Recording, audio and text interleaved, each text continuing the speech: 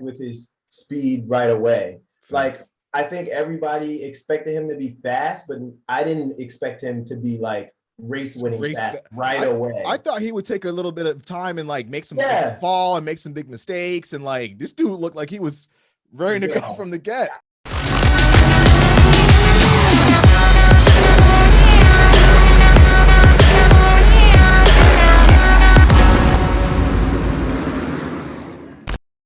What's up, everybody? It's Dave Drakes with the Collective Experience, and we are back for another Foul Plugs Moto show. As always, I'm joined by my two favorite people. Well, I tell them that at least. We got BigMX Radio's Brad Gebhardt. I don't know that brand. I'm not familiar. Oogie. And we also got my main man, Manny Fresh. What's up, Manny? What's up? What's up? And we're going to talk some moto stuff. If you've seen the show before, you know what we're going to get into. You know our style of how we do this. It's kind of our own, and we just kind of talk shit for a little while. This show is going to be brought to you guys by the great people at FXR Racing, Overshare Advice and Planning, Flow Vision Goggles, Evans Power Coolant, and of course, Intake Breathing Systems. Check those great sponsors out. They're going to be linked below. Check out the promo codes and support the people who support this show. So we're going to get this thing kicked off talking about three big topics this week. And the first one is going to be Minios. And if you guys know Manny Fresh, you know his pulse is right there racing for Minios. He knows everything about amateur scene. Brad, not so much. He used to race push carts and does figure skating. So I don't know if he knows too much about it. At least I would have got the reference right. Finger on the pulse. Or finger on the pulse. Racing Fresh. Oh, shut up. Getting to know. People know what to expect from this show. It's expect the unexpected here from the show that is never the same twice, the Foul Plugs Moto Show. Absolutely stoked to be here, Dave. Manny Fresh, always a pleasure, never a chore. Dave, let's talk Minios. Yep. Let's get things started talking a little bit in the direction of Supercross, as well as some of those new teams popping up left, right, center, and even in those flyover states. Pumped. Take it away, Dave. Pumped. All right, so Minios just happened, guys. Manny, you and I have been talking about Minios and going there for years now. It's not happening because we're old now. Not as old as Brad. So I want to talk about the first things first. We always go over B class, right? For some reason, B class is the fastest class out there, and we had a stacked B class. I'm talking Linval, I'm talking Bennick, I'm talking Towers, and of course, I'm talking Deegan, or just all crushed it. Manny, who did you like at Minios? And then Brad, we'll kick it over to you. I think obviously everybody's eyes was on Hayden. But aside from him, I was well, if we start off with him, I was really surprised with his speed right away. Like, I think everybody expected him to be fast, but I didn't expect him to be like race winning fast right away. I thought he would take a little bit of time and like make some fall and make some big mistakes. And like this dude looked like he was ready to go from the get. It definitely kind of caught me off guard that he kind of had guys like Dax kind of covered. It was really, that whole class really like left it up to who got a start. Yeah. And that was kind of, it was unexpected to me. I thought some of the guys that kind of been in the class for a little bit longer would have kind of just shown a little bit more maturity or a little bit comfort with the speed level already. So kind of, I think he opened up a lot of eyes. Oh, for sure. What do you think, Brad? Well, I was really impressed with Deegan. Obviously, the kid having the following that he has, when you're not going to make everybody happy, you gain 5 people that like you, you're going to gain 3 people that don't like you. There's going to be shit on the internet. People say all kinds of stuff. And hey, we're just break out the popcorn. We just watch the whole damn thing unfold.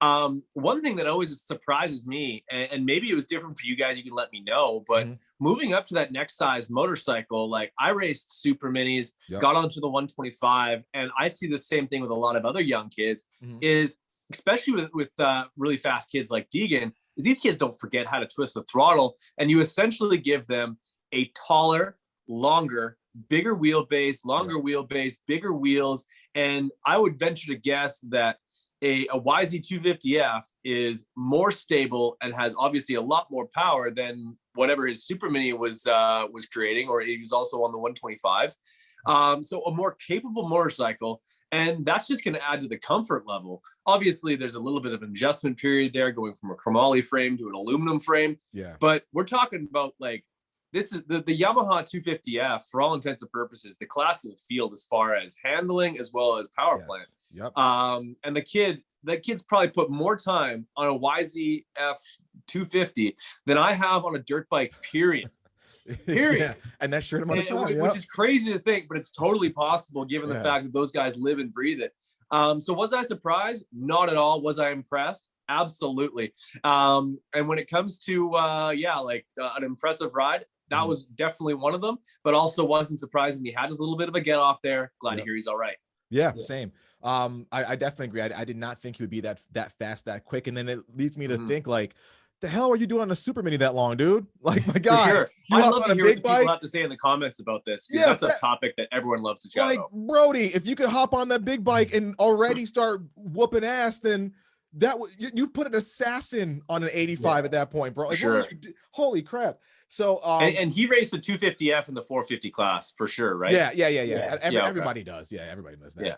But that's crazy. I'll tell you who impressed me was the big 1.5 Gavin Towers. Impressed me. He was in the conversation every single moto, and I think he came in under the radar. His DMs are blowing up like crazy right now. Another person that I thought was really blazing fast, Evan Ferry. That dude, if he would have got a good start every moto, it would have been lights out. Looks really smooth, and he gels really, really well with that bike, man. I don't think I saw anybody all week besides who was it? Maybe Romano, that looked like him and the bike were just one unit. So that was pretty rad. And speaking of A class and Romano, dude cannot be denied. That guy was going so freaking fast, and he was yards ahead of his competitors, LeBlanc, Talon, a few other guys that we think would be heavy hitters. It would, pretty much be the guys that would win every moto. He had them covered the whole week long. And I'm talking about Chance Hymas as well. Brad, I'll start with you. You liking what the A class has to offer? Because these are going to be the guys that we're watching in Supercross another year or so. Absolutely. We'll obviously see all those guys in the 2023 East and West Coast Supercross for the 250 classes. It'll be it's still yet to be seen what teams we see those guys line up for, but I really like when you're able to see these kids mature. And honestly, like, something that Star Racing's been really good about is letting these kids ripen on the vine, where they have that support. They're basically full factory efforts. But they're able to basically sharpen their tools in a somewhat pressure-free environment. Obviously, like, racing at that level, those kids are still high strung, and there's a lot of pressure to produce wins. But they're at such an advantage as far as equipment as well as time on the bike, and they're riding with some of the absolute top guys. Like, their teammates essentially won a bunch of championships last year, won a lot of races last year, stood on a lot of podiums last year at the tip of the spear, the very top of the sport. And that just adds up to riders that they're seeing those good habits. They're able to replicate those types of things, and they have ultimate confidence in the machine because they see it. They know that the bike that I'm right now is 100% capable. You put all that winning combination together, you've got an equation that adds up to a lot of wins. I agree with that. Leave us a comment if you guys felt that leave us a like if you felt that Minios is pretty cool, and if you think that the A class is going to be one of the best A classes to come out of the amateur ranks. Manny, what are your thoughts? And then I'll ask you both the question that follows up, and I think it's going to be a pretty good one. Yeah, I mean, me and you kind of chatted about it as it was going on live. We all knew Romano was going to be fast. I guess we were just I was surprised to see how he stacked up with everybody else. Our big thing, we wanted to see how he stacked up against Chance Hymas. I think we got our answer. Romano, I think, is kind of head and shoulders the guy in that A class right now. He's pretty much won everything that he's entered this year. So I'm really excited to kind of see him kind of really progress and what he can do kind of once he see what his Supercross skills look like. Because I mean, obviously, that's what pays the bills nowadays anyway. So I just kind of want to see from a technical standpoint kind of how he progresses and how he transitions. Because we've seen these guys, really, really fast guys from Loretta's get these star deals, and some of them shape out and some of them are in and out. So I'm really kind of curious to see kind of how he shapes out. Yeah, I am too. And I'll leave you both with this question. If we had the Team Green Assassin, the big 2-3 Ryder DiFrancesco out there, how do you think he would fare against the crop of riders that we saw last week? I'll let Manny take this, but honestly, I'm a little bit bummed out that I'm not part of the amateur motocross group chat that you guys are clearly in. Yeah, Dave, I know that was my biggest thing. I was super bummed that he wasn't at Mini O's, because he was really the only other big name that showed speed in a couple of these other, what they call them, the showcases, or what were those called? The amateur events that they were having. The combines. Yeah, the combines. Yeah. So he showed a lot of good speed at those combines. So I was excited to kind of see what he did at a national event with everybody else kind of there. Yeah, I mean, he's fast. Word around town is that he's really, really fast and that he's got speed for all these guys. But I don't know if we'll see him. I don't know if they're trying to shelter him or something like that over in Cowie. Who knows? But I'm really excited to kind of see where he stacks up. Yeah, I am too. That brings up another question before you go, Brad. What do you think the Moto Combines are adding value? Because to me, it's just bringing Ryder and a few other guys around people that they already freaking know. They already have top level trainers. They already know what it's like to be pro. They already have freaking Mertz and a bunch of other agents, helping them out and shaping their careers. They've got the top level support. They've got the top tracks to ride at. Do you think that the combine brings value to these riders? I think that anytime where you can showcase amateur racing, that next step, or the kids that are just below that pro level, gives fans that extra little bit of insight into sort of what's to come, that almost like previews to your favorite movie. You're already at the movies. That's why they show you a little bit of a preview of what you could come to see more of. And I think that's something that the sport of motocross needs to do more in the future, as far as just like flooding everybody's feed with as much cool news and information as humanly possible, because that's what NASCAR does. That's what the NFL does. If you want to just submerge yourself in motocross knowledge, you should be able to do so. And that's not totally possible right now. Can you watch endless whip videos over on Axel's page? Absolutely. But there's a whole lot more to it.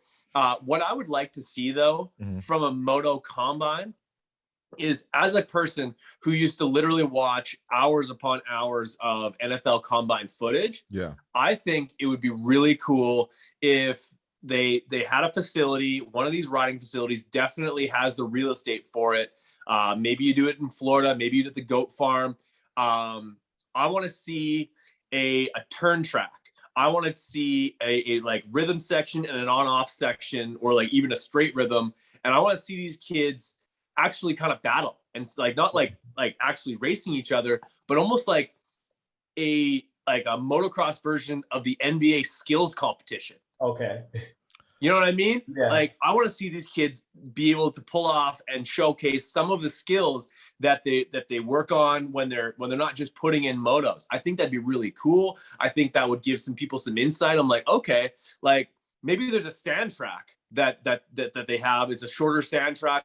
They can like rip a lap on there. So like, okay, we know this kid's great out on the West Coast where it's hard pack and blue grooved like Ryder D. How does he fare in Southwick?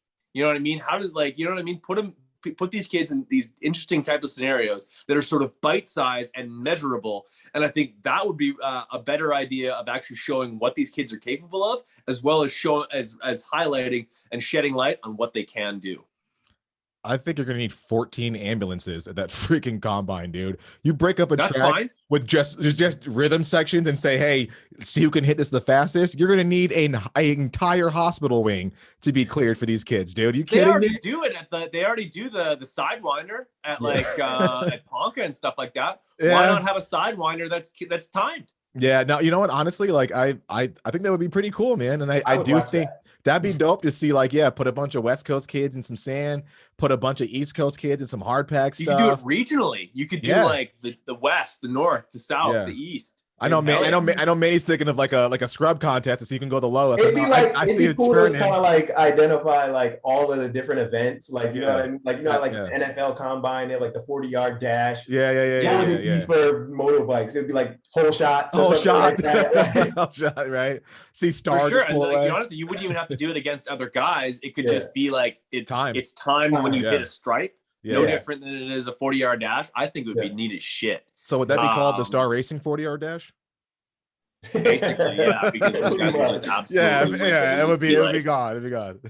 No, yeah, I think it'd be really neat. That'd be tight. That'd be dope. Yeah, I definitely I would literally buy a subscription to like NBC Sports to watch something like that. Hey, that would be I'll tell you this. I'd rather watch what I just described than a single second of Moto Fight Club.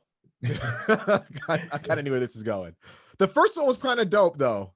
The first one was kind of dope when it became Moto Fight Club, where you have Jason Wygant driving a car. I am not subscribing for that. I love Weege. Like that guy is like a man after my own heart, man. That guy, like that blood, sweat, and tears, do whatever it takes to forge a place for yourself in the motocross industry, and he has one. He is maybe the most important beat reporter aside from Mathis in the entire sport. And he's an absolute Swiss Army knife when it comes to commentating. But I'm not paying $20 to watch him race a car. No, I tell you what, dude, I would pay money to get them to stop featuring what these riders do in their golf days. Oh, if I have to watch one more ride, I get it. And I like golf, bro. I'll go up there and I'll do 18 holes. Cool. If I gotta watch one more expose on I play golf, this is what I like about my girlfriend, I'm going to shoot somebody, dude. Was it ever more evident that they had mailed it in this year for the Nationals than the repeating literally in the same hour. Same one. Yeah. I'm like, come on. And it's cool. Show me once or twice. Cool. But dude, it was every single commercial, every chance I got my girl a dog. Yeah, I got my girl a dog. Takes care of the dog. Yeah, I'm like, come on, dude. Anyway. Yeah, and it's a new chick now, so the new chick takes care of the dog. Yeah, we know you'd be running through them if you were pro, Brad. I know that. Oh hell, fuck me. It's never broadcast that I had a chick. Oh man, these guys that put them front and center, you're like, what? You know what, Manny? Everyone would think that Manny would be these chicks who are dating girls that have the IQ of a fucking McChicken, and stop it, dude. This girl's my world. You can't spell world. So I know for a fact that everyone would think that Manny was single, but Manny would low key have him just running out the back of the rig, dude, on a rotation.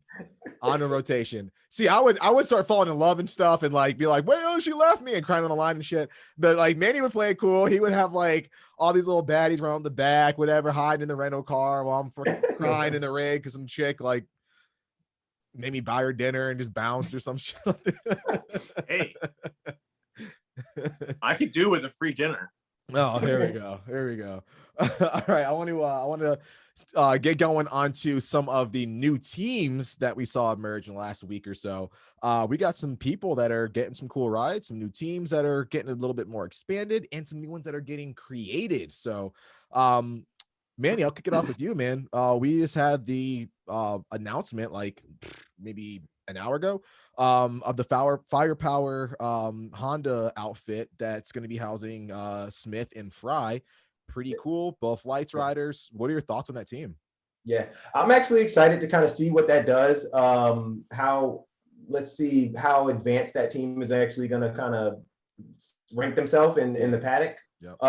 Solid talent on the team. So I think we kind of knew that those guys were going to be moving somewhere. Yep. Anyways, so I'm really kind of excited to kind of see what they do and what they do with the support that they have, actually, honestly. Yeah. What are your thoughts, Brad? Because Davalos is kind of team manager for this one. So bring a lot of cool insights, Brad. Yeah, no doubt.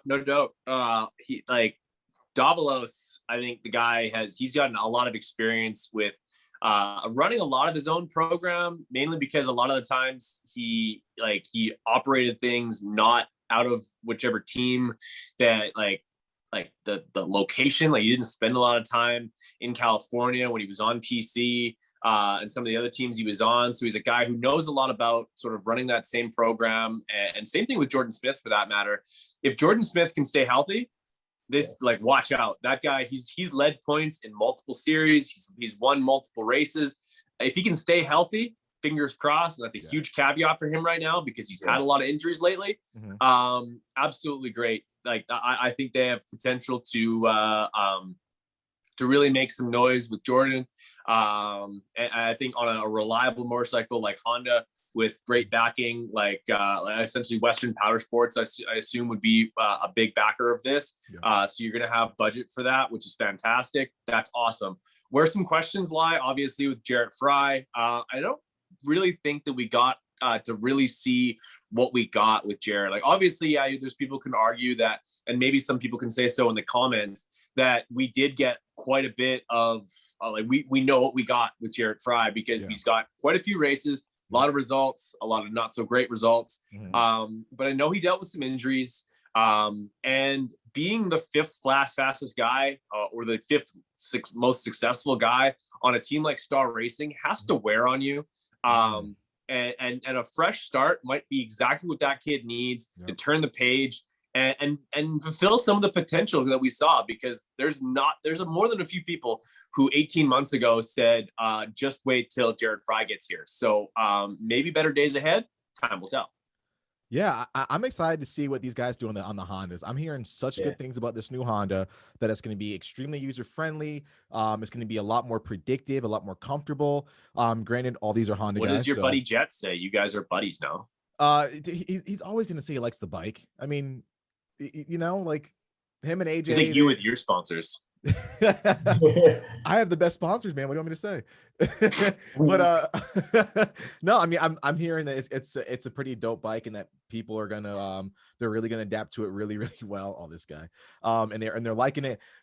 Speaking of liking it, if you enjoy motorcycling, if you want to get away and have an experience that is unlike any other out there, save for the collective experience, I urge you guys to check out speedandsportadventures.com. This is your once in a lifetime opportunity to be treated like you are royalty, riding with some of the coolest riders in motorcycle and motocross history. You're gonna be staying at mansions. You're gonna be eating the most amazing food, getting a chance to do adventure riding in some amazing places like Park City, Utah, with said legends, making memories and doing it in a big way. Check out speedandsportadventures.com. Get booked up. They've got a Park City ride for 22. It's freaking awesome. Brad and I and Manny were talking about it before we hit record. This is something that is just unprecedented. It gives you an opportunity to really mingle and have an entire weekend with some of your favorite racing stars. Check those guys out, and we are happy to be a part of them. Moving on, I am excited to talk about this one topic because we're getting ready for Supercross. We're getting ready to start a new world for us when it comes to racing season. I think thinking of each racing season as like a whole new experience and a whole new exciting term. We should start discussing some of our predictions for next year, and most importantly, we should start talking about some of our favorite opening ceremony songs. I want to hear from you guys what your thoughts are on next year, and then who is the most badass guy to come out for opening ceremonies, and what's the coolest song? Okay, I'm going to take the lead on this because it was my suggestion, and you did a brutal job introducing the topic. So obviously, on, dude. Like we've all three of us have been to probably a combined. I gotta plug this in. 100, I gotta plug in the 200 Supercross races total, and sometime during. Am I keep going or no? Yeah. Keep going. Sorry, I have to plug in real quick. Like at some point during every season, I find myself like walking through opening ceremonies on my phone, and like the pyro doesn't faze me anymore. The video that was like groundbreaking and like unbelievable at Anaheim 1 is tired, and I'm like I've seen like a million like that video of Dean Wilson on his jet ski a million times. It's not funny anymore. but that's because we're spoiled, and then we're just big shots like that. But straight up, I love new season comes new videos, new entrance music, except for, of course, Chad, who was just thunderstruck. But I think that's where I would probably start with. The most iconic guy, and the guy who's never changed his song over all the years. He won't be in their opening ceremonies except other than the maybe 2 races that he does all year. One of them will be San Diego. And all year long, I think it'd be really cool. Is Chad Reed. Always came out to Thunderstruck. Had a bunch of cool videos. He did a 2-stroke one year when he was a Cowie on the 2-2 Motorsports. Totally missed opportunity that he never came out on a Yamaha 252 stroke during opening ceremonies. He also probably was never in the top 10 points because those were dismal years. But I love opening ceremonies. I love that whole deal. I don't know the name of the band, but it's that Sunshine song from I think it's in War Machines, when Plessinger and Luke Resland are at, someone will put it in the comments below. Yeah, is that Dreamland or something? Dreamland, yeah. It's like, when you lose me mind, I remember the time. Yeah, that song. Okay. That song's like, people didn't let me know if I'm any good at singing either. But that song leave a would comment. be my entrance song. I would come out to that. Gotcha. Or Baby Got Back. Okay. Okay. I got the hockey booty. You guys got nothing on me. I know you guys got that dark meat in the back, but Jesus, I got you covered. I get the hockey boot. All right, Manny, what are you thinking for all-time opening ceremonies and riders? I don't know. Me and you, a lot of times we're usually next to each other during opening ceremonies, and like half the time, like I'm usually like on my phone or something like that, or having a conversation with somebody. But then usually 2 people that usually always have like something that make me perk my head up, like, please don't take mine. Please don't take mine. Usually it's either like Dean Wilson will have something that I really like, or 3 people actually. Dean Wilson has something that I really like usually. Just Jason Anderson always has something. He'll always have something. I'm like, oh damn, like I like that. So hold on. It's a good video. I always know when Manny's feeling the music, because Manny will be like this, right? He'll be on his phone just texting away, and then the song, like Jason Anderson to come on, he's like just texting away. He's like, yo, that shit is hard. You know who was underrated for opening ceremonies was Josh Grant. Really? I never saw Grant. Grant always had some cool videos and always had decent music. He liked to mix it up. Like, he was usually like punk rock guy. Yeah. But yeah. And then another thing on like opening ceremonies, I'm really excited to see like if I'm pretty sure that they're gonna have AP in it, but I want to see what AP's new opening ceremony is gonna be like, because the stadium's gonna go sick like at the first couple of rounds when he comes out, and new now he has the whole new persona. Is there a new KTM for 2022? I hadn't noticed. Worst kept secret ever. No, that's dope. So obviously everyone's gonna know what mine is. Mine is like, well, what's your song? What's your song? Yeah. What would you come out to, Manny? What song? I don't know. That's a hard one. I don't know. Like, I don't know right now. Come on, you gotta pick something. I don't. Or at least pick a song to piss everybody off, like some Barney or something. Some Barney. Some Trap Barney or something. I don't know. I'd probably like come out to something like some like Travis Scott or something like that. Something real. Like, Sicko Mode. Yeah, some Sicko Mode or something like that. Something really not cliche like Sicko Mode. Yeah. I mean, think about it. Think about that intro though, when it's all dark and like that intro. That would be. And then you come out and the lights hit when the bass drops. That would. Yeah, What's the vibe for sure? Was it coming out to that song? You can't mess up for the night. That one year came out to "This Is How Legends Are Made." And that was maybe the best one. But also, I think it's also funny when the song was not picked by the rider. Like, there's no fucking way that Ryan Dudley knows what that song is and that he picked that. There's no fucking way. And I guarantee that Marvin Muscan has never picked his music, because they always go with like some obnoxious Euro pop that he's just like coming out with his like fluorescent like glowing thing, his neck brace, and it's just this like whatever music was playing in some French club like 10 years ago, and they just play that. Dave, I had an idea. So what about so like, you know how like in boxing they have like ring walks, and sometimes the artists will like walk them out. Like what if I just came out there and had like Drake next to me on the opening ceremony or something like that? All right, you need a 3-peat Supercross reign before you can start pulling in Drake like that. You need to have no kidding. The accolades. Might, like, I don't even know if RV could have pulled no, you need those stats, big boy. You need them stats to be able to back that. That changed the game. Maybe it would. Exactly. Or like come out with like have like girls hanging your helmet and stuff like that, and put like a cape over you, and like that'd be on the back of the bike. Were you guys ever a fan of the guy that comes out of the stands? I always thought that was lame. I watched a game. They used to do it with Tickle or like someone else that can't do a wheelie. Yeah. Sure. I forgot who it was a Detroit game last week where like Big Sean was in the crowd. And he like came out and was like rapping with the crowd. I was like, this is like it was cool at first. And then they just kept doing like overdoing it. And I was like, all right, this is getting kind of lame now. Like you show them pop out of the crowd and interact, and people are kind of vibing with them. And then then you have them move on to like the infield or something. But like it got Seven Deuce comes out there spitting bars. That'd be kind of dope, actually. That'd be kind of cool. That's 7 and Deuce. Then like get in the top 10 so we can see that. Collective experience people are his hype men, and they're like, I like just throwing out ad libs. Like Manny Fresh is there for street cred only. That's funny. That's good.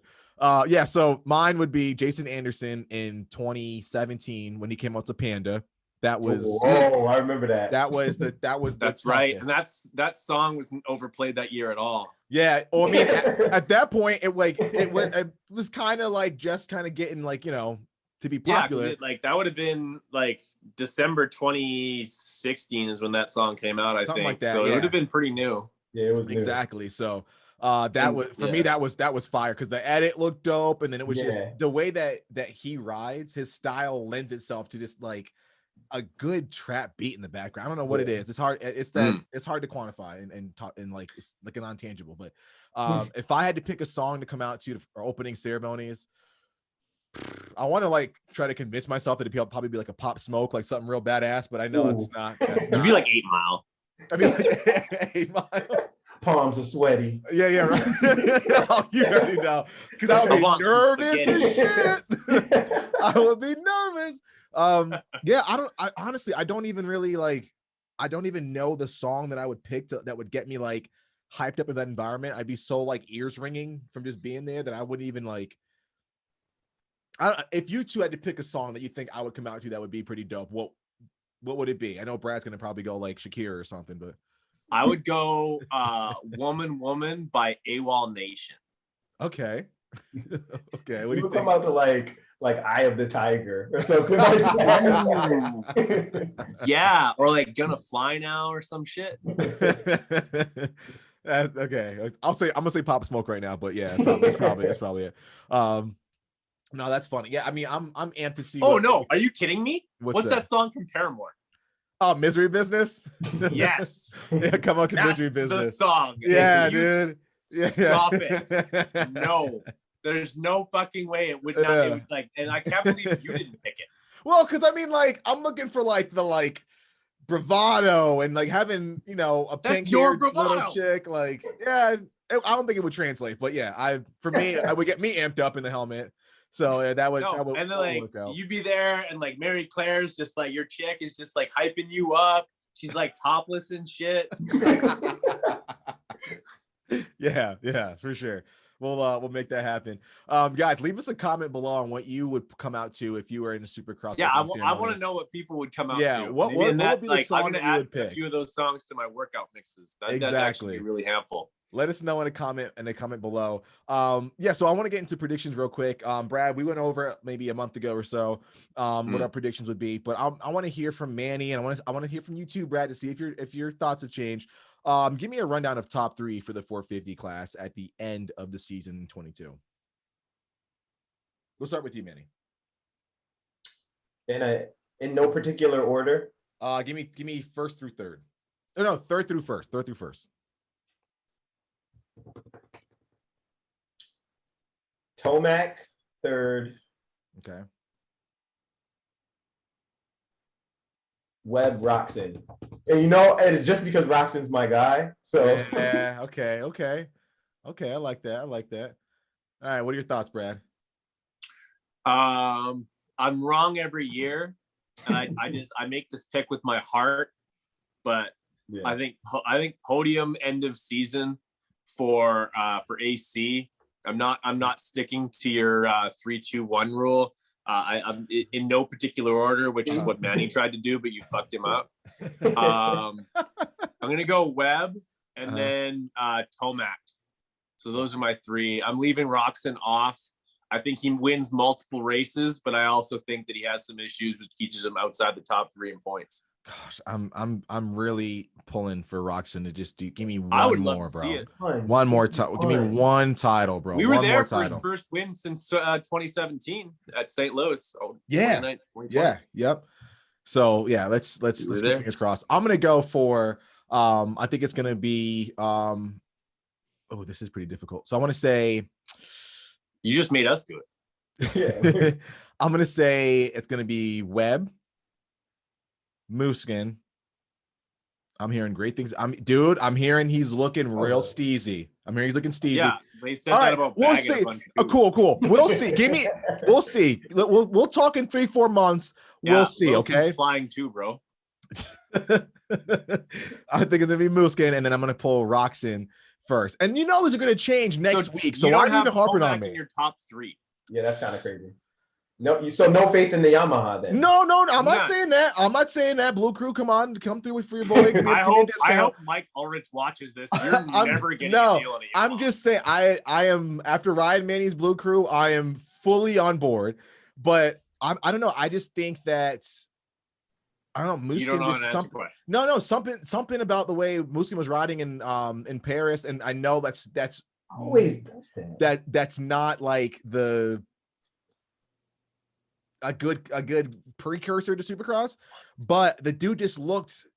Larry Ward used to win that race. Oh, here we go. I knew it. I knew it. Okay, no, go ahead, Manny. Go ahead. So go ahead. Next. So then, who are your multiple race winners? Okay, for sure. Obviously, Webb. Webb's gonna win a couple.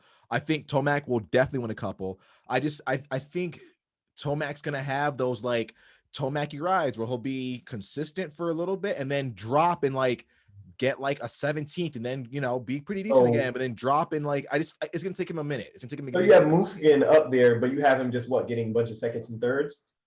No race wins though. But no. I think he'll get a race win. I didn't finish yet. He'll get a race win. I don't think he'll get as many. He's gonna win more than he did last year on a brand new motorcycle. But you don't give that same benefit of the doubt to the guy who's won more races in the last 3 years than anybody else. I think that he's not going to do as good as like a Webb in Mooskin, who's already used to this bike, and they're up in their game a little bit. I think they're not going to. You need to stop drinking before we do these. Whatever, right. It's opinion based. Whatever. So yeah, I think, and then obviously Roxon, I think is going to have a pretty good year as well. I think AC is going to maybe get a win. I'll say that.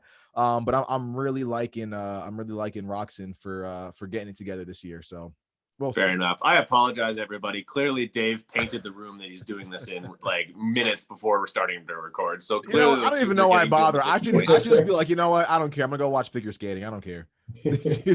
Whatever. Go watch some rollerblading. Where'd you pull figure skating from? Jesus. Well, I just went ice skating a couple of days ago. Like I sent the pictures. That's right. You sent me those little fruit boots that were on your feet. What were those? Dude, those were rentals, bro. We were in the middle of Illinois. It was rentals. I love it. I love that you sent them to me. Fuck. And then I sent you literally a picture back of me playing hockey and just like, we do it different. Yeah. It's all good. All right. I'll get my game together.